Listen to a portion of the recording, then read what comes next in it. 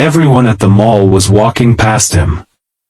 A small boy, maybe 5 or 6 years old, sat on the cold tile floor near the fountain, knees pulled to his chest, tears running down his cheeks, and clutching a small stuffed dinosaur that looked more like a security blanket than a toy. People gave him awkward glances. A few slowed down, then walked faster as if they didn't see him. Until she did. Elena Mitchell had only come to the mall to pick up a gift for her coworker's baby shower. It was just a short trip, and she hadn't even planned to stay longer than 15 minutes. But fate has a funny way of changing people's schedules and lives. As she walked past the fountain with a small gift bag in hand, her eyes landed on the little boy. Her steps slowed. Something about the way he sat, silent, scared, shoulders shaking, made her stop. She glanced around, hoping to see a frantic mother or a father searching through the crowd. But no one was looking for him. No one was even noticing him. She hesitated for a moment, then knelt beside him. "Hey, sweetheart, are you okay?" she asked softly.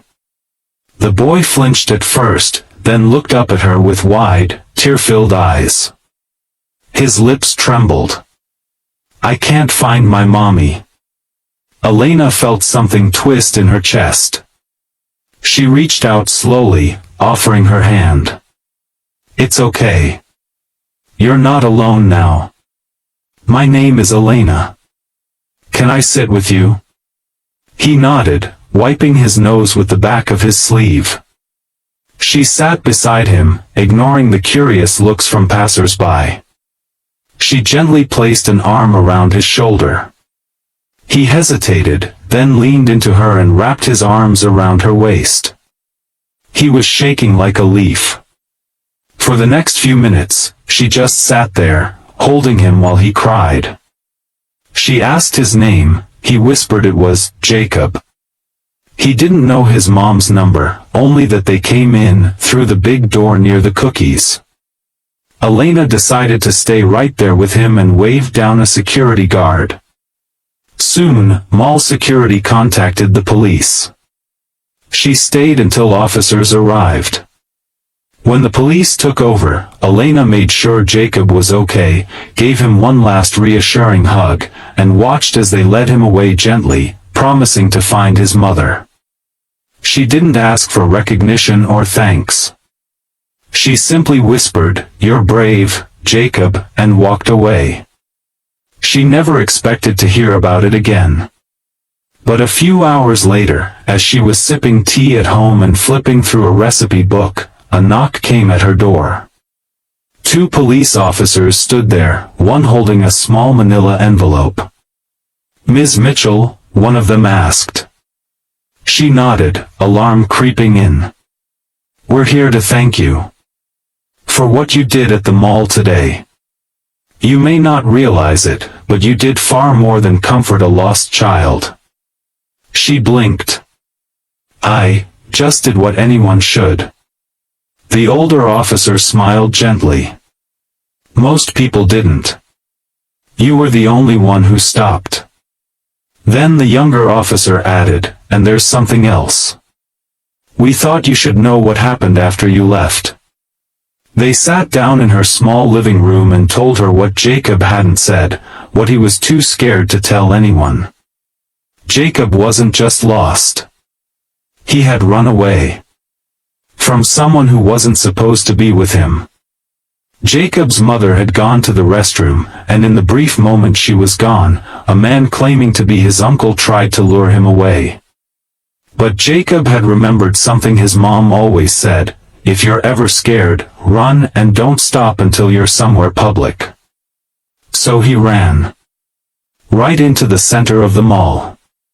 And sat by the fountain, hiding in plain sight, hoping his real mom would find him before the scary man did. "We think the man was watching," the officer said. "When you hugged Jacob, it looked like you were his guardian. He backed off. Disappeared. We found him on surveillance. He has a history. A long one. Elena stared, speechless. You probably saved that child's life, the officer said. We thought you should know that. Tears welled up in Elena's eyes as she took in their words. Her heart ached at the thought of what might have happened if she had just walked by like everyone else. Over the next few weeks, the story spread. Quietly at first, shared in the local police station, then mentioned on a community page.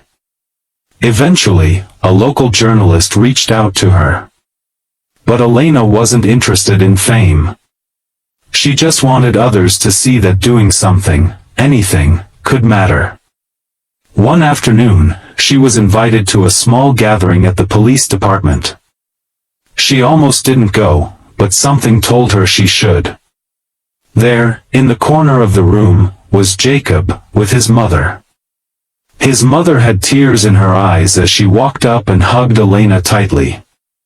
I was gone for less than 2 minutes, she whispered, voice shaking. And in those 2 minutes, everything could have been lost. You gave me my son back. Elena knelt down to hug Jacob again. He smiled up at her, holding his dinosaur tightly. I told Mommy about the lady who gave me a safe hug. That phrase stuck with her. A safe hug. It was something so simple, yet in that moment, it had meant everything. From that day forward, Elena's life changed, not because of recognition, but because of awareness. She started volunteering at the local community center, speaking to parents about child safety, encouraging kindness among strangers. Her story wasn't about being a hero, it was about being human. She began to tell people, we don't have to fix the whole world. Sometimes, we just have to notice one person who needs help. Just one. Elena's act reminded everyone who heard about it that compassion isn't complicated. Sometimes, it's just stopping, sitting, hugging, and refusing to look away when someone is clearly hurting. And so, the story of a woman who hugged a crying child at the mall didn't end with a handshake or applause. It ended with lives changed, trust restored, and a silent message passed from one soul to another. Kindness is never small.